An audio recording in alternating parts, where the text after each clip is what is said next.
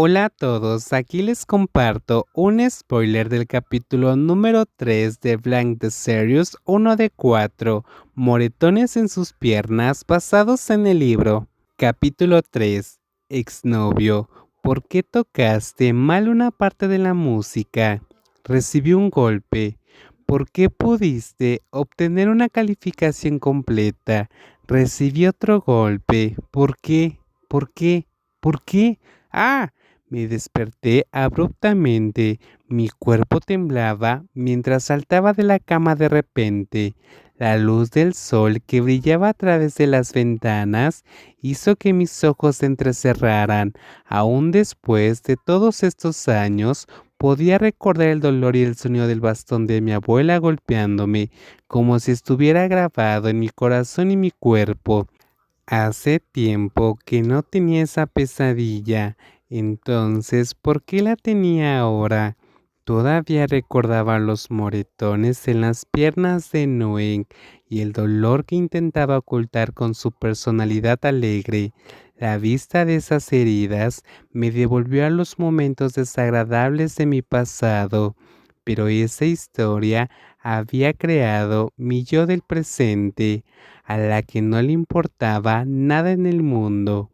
Me di cuenta de que era mucho más temprano que mi hora habitual de despertarme, pero ya que mi sueño había sido perturbado, no sabía qué debía hacer. ¿Debería ir a darle algunas ofrendas de comida al monje? Teniendo en cuenta que estaba arruinada, no podía permitirme comprar una comida, así que si les ofrecía comida, era probable que terminara comiéndola de todos modos. Soy una pecadora. Tenía una vida bastante aburrida en la que solo necesitaba ir al mercado todas las noches para instalar mi cabina de dibujo.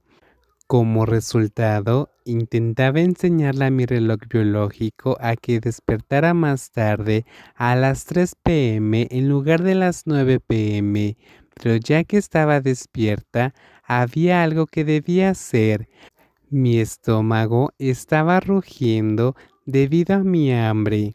Mientras miraba hacia los estantes que debían haber estado llenos de filas y filas de fideos instantáneos, me encontré con uno vacío. Incluso los fideos instantáneos me traicionaban.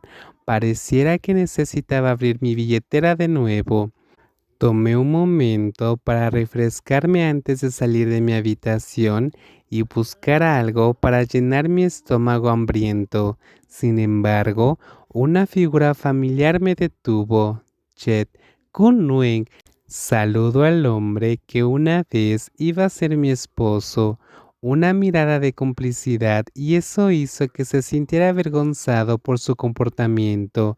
Le dije con firmeza: me seguiste hasta aquí intencionalmente, mientras metía la mano en el bolsillo y dejaba que se acercara a mí con un pesado suspiro. Solo una coincidencia es suficiente. Me incomoda que hagas esto, yo. Arrancar el vendaje rápidamente es la mejor manera de comunicarse. Esa era la lección que había aprendido temprano cuando todavía me faltaba el coraje para resistir cualquier cosa que me impusieran.